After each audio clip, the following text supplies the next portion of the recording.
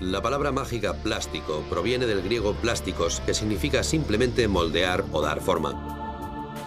La necesidad de moldear y mejorar los materiales de la naturaleza es tan antigua como el hombre.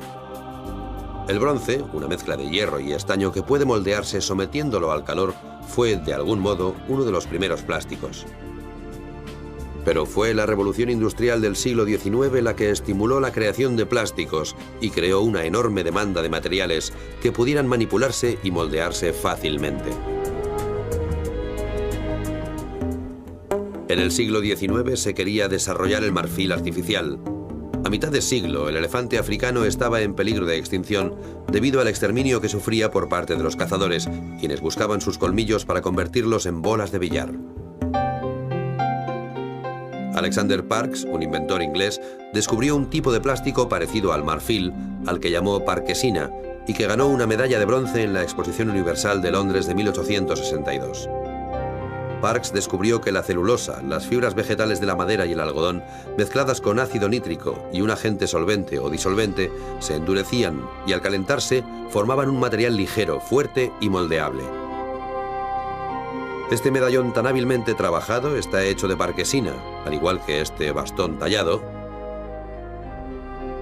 y estas molduras decorativas.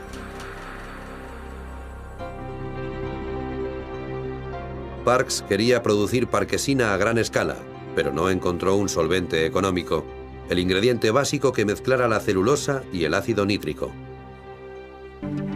John Wesley Hyatt, impresor e inventor americano, tomó el relevo de Parkes. Hyatt tuvo varias ideas geniales. Para empezar, encontró el solvente mágico que uniría a la celulosa y el nitrato, era el alcanfor. También vio el potencial de este nuevo material, el plástico, que se podía producir a gran escala y convertir en infinitos productos. Y aún más importante, fue quien fundó las bases en las que se asentaría la nueva industria del plástico. Para ello, y valiéndose de sus extensos conocimientos de mecánica, diseñó y construyó muchas de las máquinas necesarias para manufacturar y moldear el plástico. Puesto que la celulosa era su ingrediente principal, Hyatt llamó celuloide al nuevo material. El celuloide acabaría convertido en 25.000 objetos distintos. El primero, la dentadura postiza, fue una alternativa a otras dentaduras de goma que resultaban más caras. Pero el celuloide despegó de verdad cuando a Hyatt se le ocurrió crear cuellos y puños de camisa postizos e impermeables.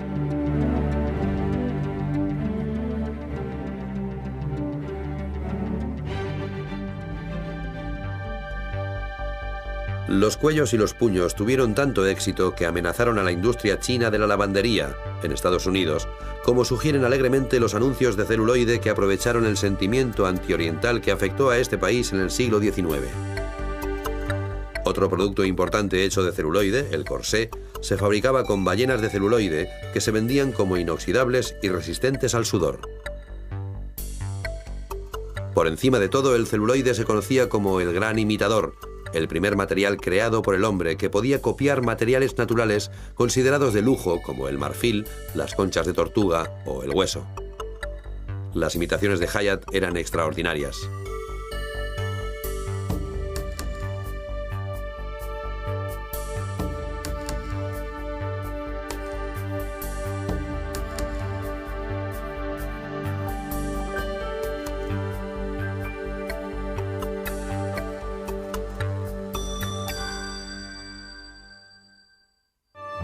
El éxito del celuloide fue espectacular. El primer plástico parecía capaz de casi todo, y cuando su inventor dio con una forma de cortar hojas finas de este material para utilizarlo como una capa continua, nació una nueva industria. A principios del siglo XX se producían cada año más de 36 millones de kilos de película. El celuloide tuvo éxito a pesar de contener un defecto mortífero. Al estar compuesto en gran parte de ácido nítrico, se trataba de un material extremadamente inflamable. Esto creó un problema insólito con las bolas de billar, que eran el producto para el que se había inventado el celuloide. A menudo, tras ser golpeadas, explotaban, provocando el caos y el terror entre los presentes.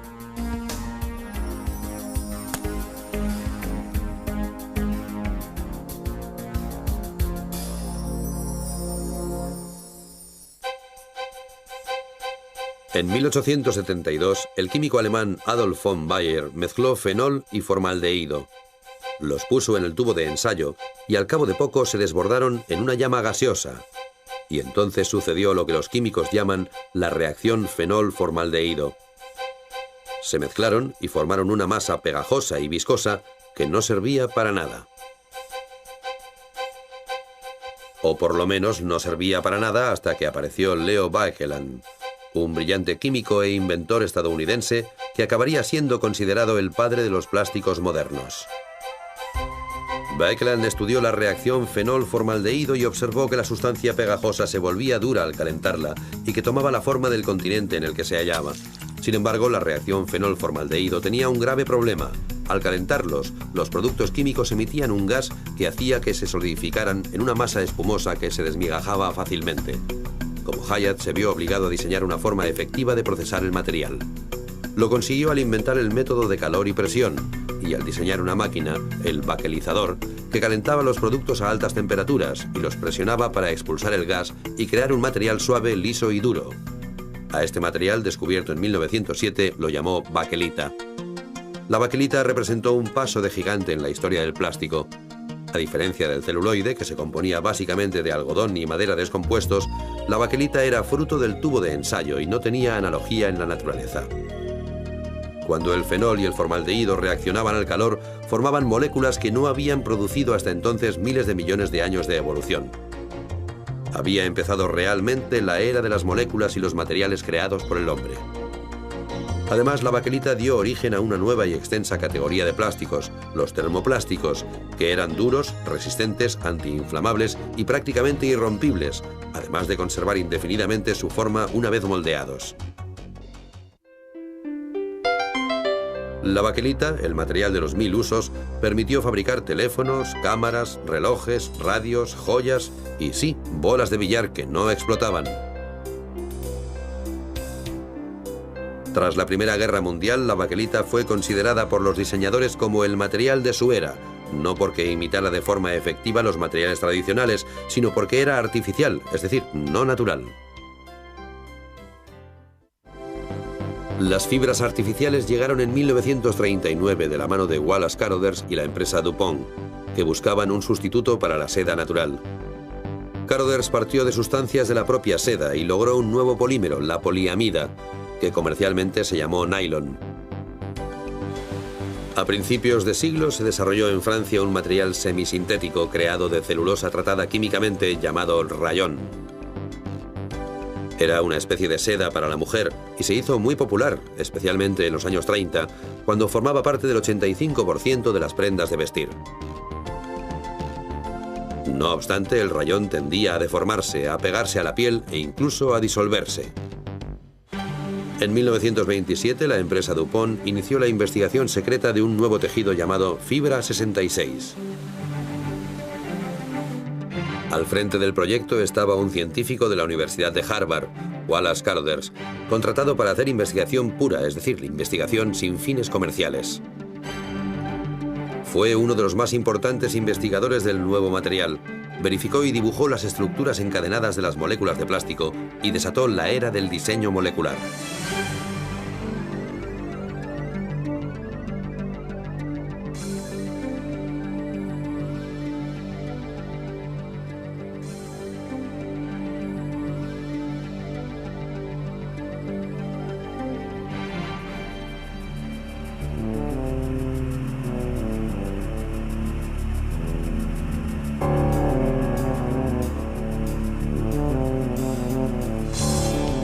El nylon tenía este aspecto cuando Carothers lo sacó por primera vez del cóctel químico.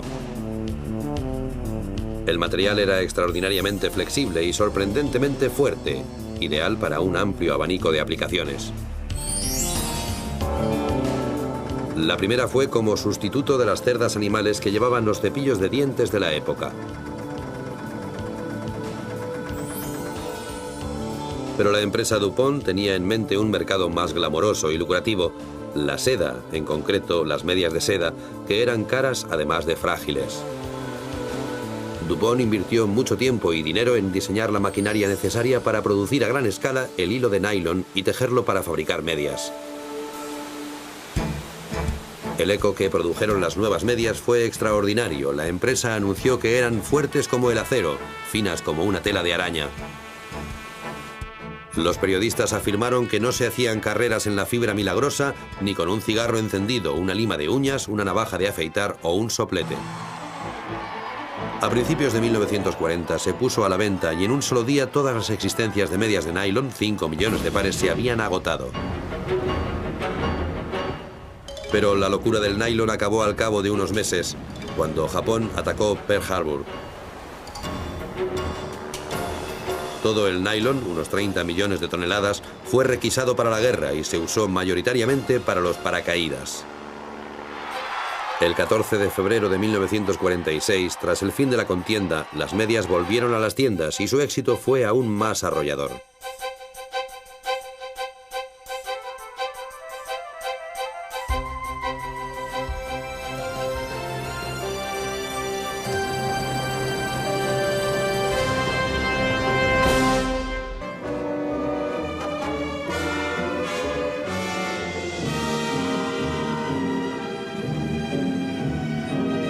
Fue durante la Segunda Guerra Mundial cuando el plástico, con toda su magia y versatilidad, se puso a prueba.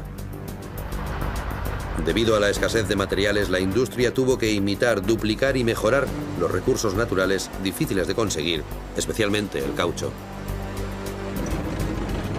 Durante la guerra, la necesidad militar de caucho fue muy alta. Wallace Carothers, que desarrolló el nylon, sentó las bases para la industria del caucho artificial en 1930, al desarrollar el neopreno. Al contrario que el caucho natural, que tarda 7 años en formarse, el caucho sintético podía polimerizarse en horas. Siguiendo órdenes del Ministerio de Defensa, se lanzó una industria del caucho sintético de miles de millones de dólares de la noche a la mañana. En 1944, 50 plantas producían 800.000 toneladas de caucho artificial al año, el doble de la producción de caucho natural antes de la guerra. Estas reservas tan amplias supusieron una ventaja enorme para Estados Unidos y sus aliados cuando la guerra se convirtió en una guerra de suministros.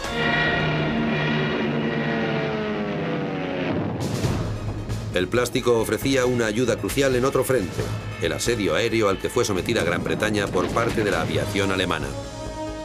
La aviación alemana, con más de 4.000 aviones, empezó a atacar Londres en 1940. El país era defendido por la pequeña y anticuada Fuerza Aérea Real Inglesa, la RAF. Sorprendentemente, los británicos ganaron la guerra aérea y lo hicieron con la ayuda de un plástico secreto llamado polietileno. El polietileno era un aislante eléctrico excepcionalmente resistente y muy ligero. Era la única sustancia conocida que podía aislar los equipos de radar de alto voltaje sin añadir excesivo peso a los aviones. En consecuencia, los pilotos británicos podían llevar radares en los aviones, lo que les daba una ventaja vital de noche y con niebla. La contribución menos conocida y más espectacular del plástico durante la guerra fue el teflón, un material muy resbaladizo que más tarde se utilizó como superficie antiadherente en cazuelas y sartenes.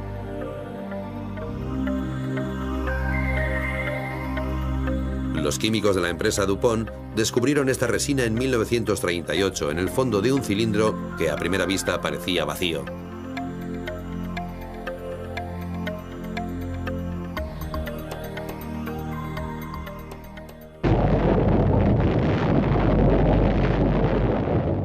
En 1944 se le encontró una utilidad cuando los científicos, en la carrera por partir el átomo, buscaban algo con propiedades singulares.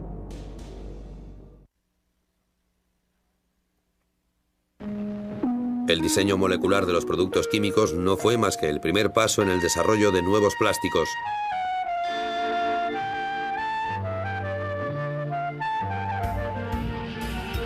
La materia prima química de los plásticos tenía que producirse a gran escala. Eran sustancias gruesas, vastas, mantecosas, que a menudo parecían sacadas del caldero de una bruja.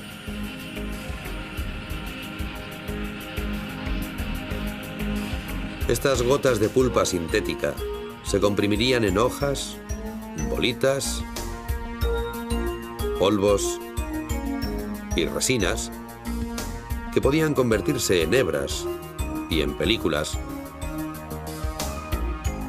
y que podían fusionarse con gas, además de moldearse para crear innumerables productos.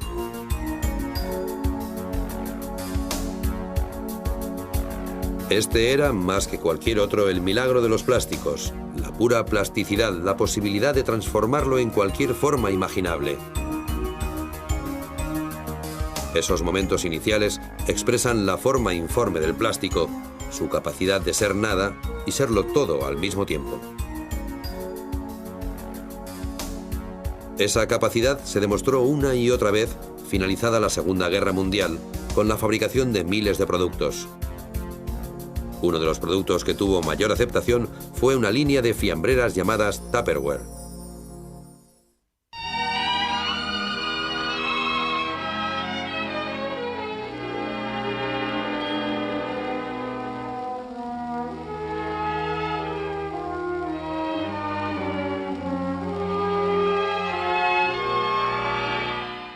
A finales de los años 40, el mañana maravilloso del plexiglas y otros plásticos había llegado. Tras prepararse para la guerra, la industria del plástico atacaba literalmente el frente doméstico. El Tupperware, por supuesto, se convirtió en algo básico en todos los hogares. Esta línea de fiambreras revolucionaria diseñada por el empresario del plástico Earl Tupper estaba hecha de polietileno, el mismo plástico que había permitido a los británicos mejorar el radar. Los contenedores elegantemente simples de Tupper eran tan innovadores que las amas de casa no sabían qué hacer con ellos cuando los veían en las tiendas. El Tupperware empezó a venderse a través de la venta directa con las famosas meriendas de Tupperware, en las cuales se mostraba a los clientes sus posibles usos y aplicaciones. El Tupperware, publicitado como arte por 39 centavos, formaba parte de la colección permanente del Museo de Arte Moderno de Nueva York. Tupper lo vendía con garantía de por vida y ayudó a mejorar la reputación de los plásticos de uso diario como bienes de calidad más que como objetos de usar y tirar. Los laminados, como la fórmica, fueron otro plástico revolucionario de la posguerra. La fórmica fue calificada como la maravilla que se limpia fácilmente y transformó las tiendas y grandes superficies con una increíble variedad de diseños.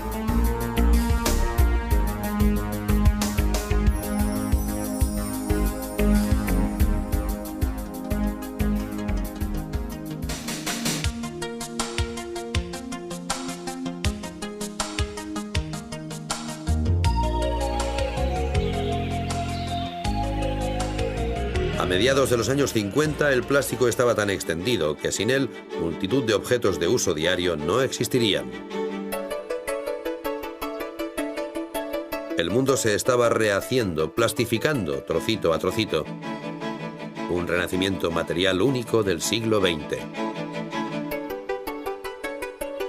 Una técnica de producción revolucionaria llamada moldeado por inyección incrementó todavía más la avalancha de productos derivados del plástico. Entre otros hitos del plástico durante los años 50 se encuentran la espuma de poliuretano, el Corvette de 1953, con carrocería ultraligera pero resistente de fibra de vidrio, la película transparente que prometía aislamiento total de gérmenes y olores extraños, los muebles moldeados en una sola pieza para adaptarse al cuerpo y una nueva necesidad, la televisión, insertada como las radios de la época en una carcasa de fenol tipo baquelita. En los años 50 el plástico lo prometía todo. Incluso prometía protegernos de la lluvia radioactiva, como sugiere este traje antirradiación, fabricado con el caucho sintético más avanzado. Cuando los exploradores rescataron los tesoros del Titanic hace algunos años, uno de los aspectos más sorprendentes del botín debió ser que no había ni un elemento hecho de plástico.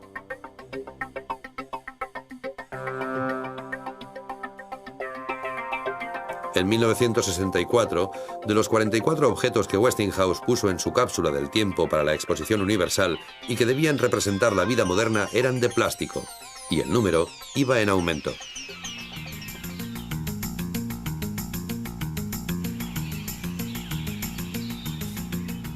El plástico se usaba para construir hogares futuristas, como esta cúpula geodésica en las montañas de Hollywood, erigida en un solo día. El Dacron y otras fibras antiarrugas dispararon la revolución de la ropa que no necesita plancharse. El vidrio artificial, hecho de monofilamento de nylon hilado en una entretela de poliéster, empezó a utilizarse en 1964. Los plásticos resistentes al calor de la era del espacio ayudaron a poner a satélites y astronautas en órbita.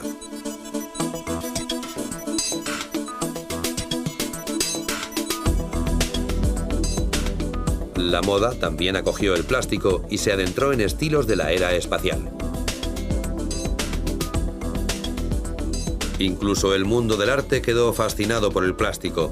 En 1969, los artistas Christo y Jean-Claude envolvieron 2,5 kilómetros de costa australiana con 93.000 metros cuadrados de tejido sintético y 56 kilómetros de cuerda de polipropileno. Pero la imagen pública del plástico cambió drásticamente durante la Revolución Juvenil de los años 60. Tras décadas de aceptarlo sin cuestionarlo, el plástico fue objeto de controversia y criticado.